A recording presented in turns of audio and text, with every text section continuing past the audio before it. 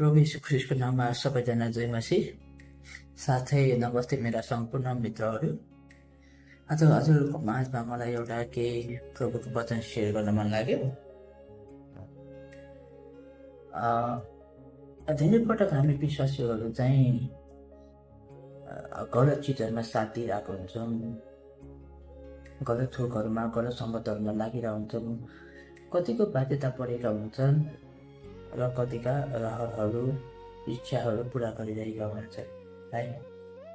भनेपछि अब प्रभुको वचनले यो चिजलाई चाहिँ गलत चिजहरूमा साथ दिनु र बाध्यता पर्नुलाई चाहिँ प्रभुको वचनले चाहिँ के भन्दछ भन्ने कुरा हामी उहाँलाई हेर्नेछौँ। आज उहाँको वचनलाई हेर्नेछौँ। हामी मत्ती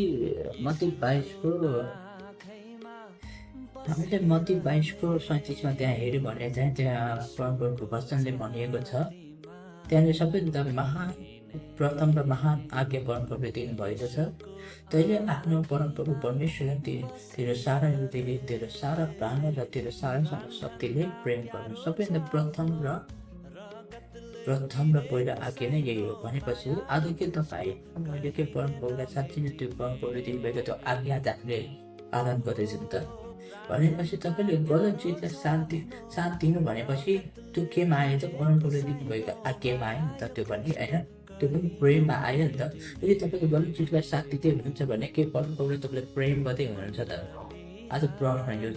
किनभने मैले देखेको छु कतिपय विश्वासीहरू, होइन, धेरै विश्वासीहरू मैले देखेका छु। थरीका विश्वासीहरू छन्, अहिलेको विश्वासीहरू झन् धेरै थरीका विश्वासीहरू छन्। एक्जाम्पल म तपाईँलाई केही उदाहरण दिन चाहन्छु। एक्जाम्पल मैले टिकटक माध्यममा केही विश्वासीहरू देखेँ, होइन।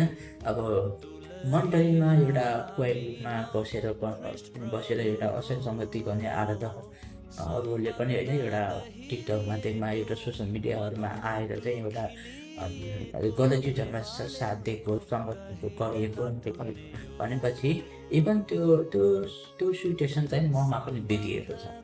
र कतिपय कार्यता हुन्छन्, कतिपय रहरहरू हुन्छन्। भनेपछि आज हामी बाइबलमा हेर्ने हो भने चाहिँ जस्तै खानेकुराहरूमा होइन, के खानुहुन्छ के खानुहुन्न भन्ने चिजहरू पनि त्यहाँनिर स्पष्ट गरिएका छन् है। नयाँ पुरानो करारमा लेखेका छन् भने त्यही पुरानो करारलाई फेरि नयाँ करारमा आएर विभिन्न तरिकाले लेखेका छन्। भनेपछि अब आफ्नो सबैलाई हामी सबै विश्वासीलाई थाहा भएको कुरा हो, होइन। जहाँ रक्सीहरू खानुहुन्न भने तर पनि कतिले खान्छन् भने कतिले खानुहुन्न भन्ने कुरा लिन्छ। तर बाइबलको अनुसार हेर्ने हो भने चाहिँ जहाँ रक्सी खानु चाहिँ त्यो चाहिँ पाप हो, त्यो चाहिँ परमप्रभुको आज्ञाको विरुद्ध हो है। अनि स्पष्ट रूपमा गर्दै जाने हो भने चाहिँ। र त्यसैले अब कतिपय विश्वासहरू कस्तो छन्, गलत चिजलाई साथ दिइरहेका हुन्छन्। जस्तै तर अब विश्वासी एकअर्कामा विश्वासी छ, साथीहरू सबै विश्वासी नै छन्। तर त्यही विश्वासीहरूमा साथीहरू के त एउटा रमाइलोपनको लागि जहाँ रक्सीहरू लिएर एकअर्कामा खाने, रमाउने र अझै साथीहरू अझै मगाएको यता अझै यो पनि खान्थे त्यो पनि खान्थे, यो अब जहाँ रक्सीको बियरहरूको नाम के छ मलाई खासै त्यो थाहा छैन, होइन, त्यति थाहा होइन। तर पनि म भएको चाहिँ त्यो खान्थे, म भएको चाहिँ यो खान्थे, रम अनि के अरे भोड्का के वाइन, इङ्ग्लिस वाइनहरू के भन्छ, होइन, बियरहरू अनि भन्ने त्यस्तो हुन्छ। एउटा सोसियल मिडियामा मैले त्यो देखेको कारणले चाहिँ आज हजुरहरूको माझमा मैले एउटा त्यो स्पष्ट गराइदिनु मलाई प्रभुको वचन सेयर गर्न मन लाग्यो। त्यही भएर यो चिजहरूको चाहिँ हामी सुरक्षित रहौँ है। साथीले यदि हामीले परमप्रभुलाई प्रेम गरिरहेका छौँ भने, उहाँको आज्ञा मानिरहेका छौँ भने आफूलाई जान्छौँ कि यदि तपाईँले गलत चिजमा साथ दिइराख्नु भएको छ भने चाहिँ त्यो चाहिँ परमप्रभुको विरुद्धको, त्यो चाहिँ आज्ञा होइन। र तपाईँ आफै पनि त्यसमा त्यो गलत चिजहरूमा रमाइलोपनमा जानुभएको छ भने पनि त्यो पनि पाप हो। किनभने संसारको थ्रुहरूलाई चाहिँ तिमीहरू संसारको थ्रुबाट चाहिँ अलग रह भन्नुभएको छ। यसको मतलब यो होइन कि संसारबाट अलग रह, संसारका रीति संसारमा जति पनि कुराहरू छ त्यो सबै चिजबाट चाहिँ अलग हो, त्यो होइन। तर अर्थ हो त्यो बुझ्नुपर्छ। संसारमा जति पनि नेगेटिभ चिजहरू छ, नेगेटिभ थटहरू छ, गलत चिजहरू छ, गलत सङ्गतहरू छन्, ती चिजहरू चाहिँ के छ, तिमीहरू धारा रह, जसलाई चाहिँ तिमीले परमेश्वरबाट चाहिँ तिमीलाई धारा बनाउँछ। त्यो चिजहरूबाट चाहिँ तिमी अलग रह भनेर परमप्रभुको वचनले त्यो भन्ने खोजेको छ। तर आज हामी विश्वासहरूले चाहिँ त्यो बुझ्दैन, त्यो चिजलाई निहालेर हेर्न सक्दैन। है। अब संसारमा अरू कुराहरू भनेपछि चाहिँ हामी विश्वासहरू अझै नेगेटिभ छ कि संसारमा भएका चिजहरूमा केही पनि हामीले के अरे मिल्नुहुन्न, संसारको मानिसहरूसँग हामीले बोल्नुहुन्न, हिँड्नुहुन्न, खानुहुन्न, केही न त्यस्ता ठाउँलाई तिनीहरू त्यो चाहिँ गलत हो। परमेश्वरको वचनले चाहिँ के भन्न खोजेको छ त्यो कुरा बुझ्नुपर्छ। गलत चिजहरू संसारको थोकबाट चाहिँ तिमीहरू अलग रह भन्नु खोजेको चाहिँ परमेश्वरबाट तिमीलाई टाढा के चिजले पाउँछ त्यो चिजबाट चाहिँ तिमी अलग रह।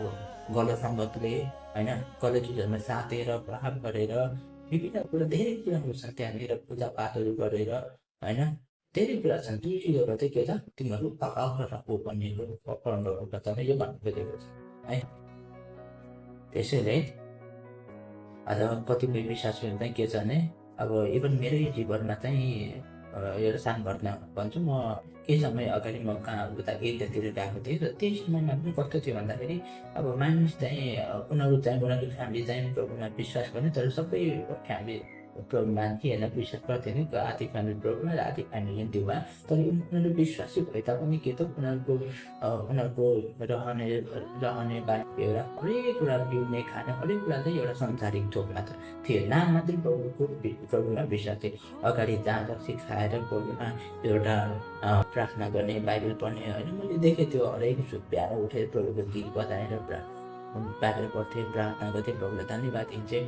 र खाने बेला भयो, अरू बेला भयो, त्यति बेला चाहिँ के गर्छु मैले जहाँ त्यो अगाडि राखेर खानासँग राखेर प्रभुलाई धन्यवाद दिएर अनि प्रार्थना गर्थेँ। इभन त्यही सिचुएसनमा म पनि पढेँ र म पनि त्यतिखेर त्यही थिएँ। र मलाई जब उहाँले भन्नुभयो भाइ अब खानाको लागि प्रार्थना गरौँ भनेर भन्नुभयो, अगाडि मेरो त्यहाँ खाना अगाडि जहाँ नक्सी राखेको छ म कसरी प्रार्थना गरौँ भने मलाई त्यो भयो। मलाई यस्तो मनमा भयो कि अब त्यसमा अब के भन्नु, अवसर नै थिएन मसँग, बाध्यता भयो। तर पनि मैले के गरेँ प्रभुसँग त्यहाँ प्रार्थना गरेर पतिहरू क्षमा मागेँ। मलाई थाहा छ कि मैले त्यो गल्ती गरेँ, त्यो प्रभुको विरुद्धको पाप गरेँ है। त्यो सबै कुरा हिसाब किताब प्रभुले लिनुहुन्छ। र यस्तै कति बाध्यताहरू परेका हुन्छन् भने कति चाहिँ रहर परेका हुन्छन् र त्यही जाँड लिएर पनि प्रभुको अगाडि चढाएर प्रार्थना गर्ने भनेपछि प्रभु यो चिजहरूलाई चाहिँ हामी अलग गराउनु। किनभने परमेश्वरको वचनले चाहिँ तपाईँलाई यो सिकाउँदैन कि गलत चिजहरूलाई चाहिँ साथ दियो, सङ्गत गर्यो। किनभने हामी विश्वासको अर्थ छुट्टै छ है। प्रभुमा प्रेम गरेर विश्वास गर्ने भनेको अर्थ छुट्टै छ। स्पेसल्ली अब प्रभुको थाहा गरी के अरे लिइरहेको विश्वासहरू र भक्ति बाँधिसकेका विश्वासहरूलाई धेरै चुनौतीको कुरा है यो लागि। त्यही भएर यदि तपाईँ यता गलत चिजहरूसँग सङ्गत गर्दै हुनुहुन्छ, गलत पापहरू गर्दै हुनुहुन्छ र तपाईँको कति मण्डलीमा चाहिँ प्रभुको चाहिँ 1 महिनामा दिने गर्दा कति महिना 2 महिनामा कति महिना कति महिना त्यति गर्नुहुन्छ। र त्यो प्रोग्राममा तपाईँ एटेन्ड गर्दै हुनुहुन्छ भने यता चाहिँ तपाईँले गलत चिजमा सङ्गत गर्ने र यता पाप भने साथ दिने गर्दै हुन्छ, यता चाहिँ प्रभु दिँदै हुनुहुन्छ भने त्योभन्दा ठुलो पापहरू केही पनि हुँदैन प्रभुको पर्दैन। किनभने प्रभु भोज भनेको चाहिँ प्रभुको शरीरहरू जुन प्रभु यसो क्रिस्टमा मरेर टुक्रा हुँदा त्यो टुक्रा एउटा प्रभु भोजको निम्ति हामी योग्यका छैनौँ। तर उहाँले आज हामीलाई आफ्नो सन्तान हुने अधिकार दिनुभएको कारणले हामी के त उहाँको योग्यता भयो है। उहाँलाई उहाँको एउटा शरीरको रूपमा उहाँको सञ्चालन गर्नको रूपमा उहाँले हामीलाई योग्यताको देखाउनु भयो। त्यही भएर यदि तपाईँ यता पाप गर्दै हुनुहुन्छ र उता प्रभु बदलिँदै हुनुहुन्छ भने तपाईँले प्रभुको शरीरलाई अझै टुक्राइराख्नु भएको छ। उहाँको सन्तानमा चाहिँ अझै उहाँलाई दुखित बनाइराख्नु भएको छ, टुक्रा बनाइराख्नु भएको छ। यो चिजलाई चाहिँ हामी विश्वासीहरूले एकदमै बुझ्नुपर्ने छ। त्यसैले पापबाट एकदम टाढा रह्यो, गलत सङ्गतबाट एकदम टाढा रह्यो। बरु तपाईँको तपाईँसँग बाध्यता छ भने गलत सङ्गत गर्ने विशेष गरी परदेशमा बस्नेहरूलाई बाध्यता पर्ने गर्छ। तर त्यो बाध्यताको साथ त्यो रहर बनाउने होइन, आफूले भनौँ होइन, उनीहरूले सबै बुझाउने। तर त्यो चिजहरू चाहिँ टाढा रह कोसिस गर्ने प्रार्थना पनि गर्छ मान्ने। तर त्यो गलत नगरसँगै आफू पनि रमाउने भने उनीहरूलाई साथ सपोर्ट दिने हो भने त्यो चाहिँ एकदम मूर्खता हुन्छ, चाहिँ परमेश्वरको आज्ञा होइन। परमेश्वरको आज्ञाकारीमा रहँदै सिक्को मानिसहरूलाई पहिलो र प्रथम परमेश्वरको आज्ञा यो सबै कुरामा प्रेम बस्छ। यदि तपाईँ गलत चिजमा साथ गर्दै साथ दिइरहनु भएको छ भने तपाईँले परमेश्वरलाई बुझ्नु नै भएको छैन, परमेश्वरलाई प्रेम नै गर्नु भएको छैन। प्रेमको अर्थ त्यो होइन तपाईँले परमेश्वरलाई धोका दिँदै हुनुहुन्छ। यो नै आज मेरो वक्तव्य छ। त्यो परमेश्वरलाई सबैभन्दा आफ्नो पहिलो स्थान बनाइकन आफ्नो सारा हृदयले सारा प्राणले र सारा सर्न शक्तिले परमेश्वरलाई प्रेम गर। आमेन।